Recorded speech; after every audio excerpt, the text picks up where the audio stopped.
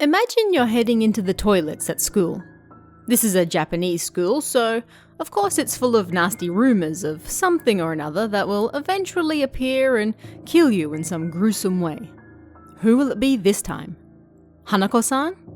Akamanto? Or maybe one of the many grannies that apparently lurk nearby. "Shall I dress you in a red Hanten?" You suddenly hear from outside the toilet stall. There it is. It seems no trip to the toilets can go unaccompanied by something. There have long been rumours of a strange voice asking this very question in the toilets, but there have been rumours about everything, really. Turns out, this one might be true after all. So, you do what any normal person in such a situation would do. You run.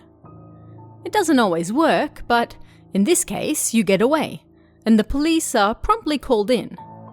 After all, a pervert might be lurking in the girls' toilets. It needs to be investigated properly. When the police arrive, there is a female officer with them. She looks strong and decisive, and she's the one they send in to investigate. Then, outside the toilets, everyone suddenly hears a voice. It's the female officer. "Dress me in it if you can."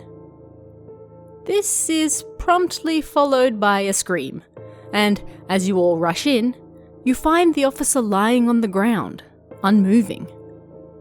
She's dead. Her chest coated in bright red blood, resembling a hanten, or Japanese vest. This urban legend is known as the red hanten, or red vest, due to the shape the blood makes on the victim's chest, making them look like they're wearing a red vest. And there's an interesting history behind where this story comes from. You may be familiar with Inagawa Junji, a famous storyteller in Japan who especially focuses on scary stories. He's one of, if not the most famous kaidanshi, or scary storyteller, and this story found its way to the general public via him. The story was shared with Inagawa by a listener of his radio show back in 1986, although the listener claimed that the story itself took place 20 years earlier, placing it in the 1960s. This listener, a woman, claimed that this was a true story she had experienced herself. Think of it as the old-fashioned version of today's Ni-channel creepypastas, perhaps. This places the story during a period of massive upheaval in Japanese history, with the 60s seeing many intense and prolonged political struggles in a country still trying to rebuild from its World War II loss. This also explains the use of the hanten, which is a traditional piece of Japanese clothing not seen quite so much anymore. The word hanten is often translated to a short winter coat, somewhat resembling what we might call a vest, although it's not just for winter. A hanten can be worn by both men and women, and the winter version is padded with cotton for extra warmth during the cold months. Hanten were generally worn by manual labourers, especially during the Edo period, but these days they're seen less and less. But to get back to the story, Inagawa Junji shared this woman's supposed real experience on his radio show, and also revealed that he had investigated her story himself. According to him, the school the woman went to was used by kamikaze pilots during the war, and these pilots just so happened to write their names on the toilet walls before they set out on their missions to die for their country.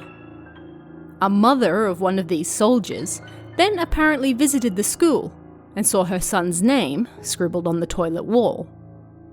This reminder that he had died in the war drove her mad, and she committed suicide in those very toilets. And so, it was this mother and her grudge that turned into the voice in the toilets asking anyone if they'd like to wear a red hanten. Why exactly she asked this was never explained. Ultimately, it's just a scary story, and despite Inagawa's claims, it was never proven to be true. After all, he is a storyteller well known for embellishing stories and making them grander than they may otherwise be. He's a storyteller, not a fact-checker. It's possible that Inagawa came up with this backstory in an attempt to explain the red Hanten. Kamikaze pilots didn't wear Hanten, of course, but some of them had vests that, if you try really hard, kind of resemble one. The story of the red Hanten became popular either way, and it was short and snappy enough that it was soon picked up and spread around the country as an urban legend in its own right. It was also no doubt helped by Inagawa's telling of it, which included presenting the question in a sing-song manner, a tune that he came up with himself and is still used on television programs today. Akai Hanten kisemashou ka. It has even been turned into a full-length song, performed by Higuchi Mai. I'll include a link in the comments if you want to go and listen to that for yourself. It's quite a beautiful and haunting song, so do check it out. But Inagawa himself was reportedly shocked that this particular tune is still used when retelling the story today. It certainly is catchy, so it makes sense. And that's the story of the red Hanten. No method has ever been given for escaping this particular voice's grasp, but considering that the high school girl simply ran out of the toilets and lived, that's probably the best way to go about it.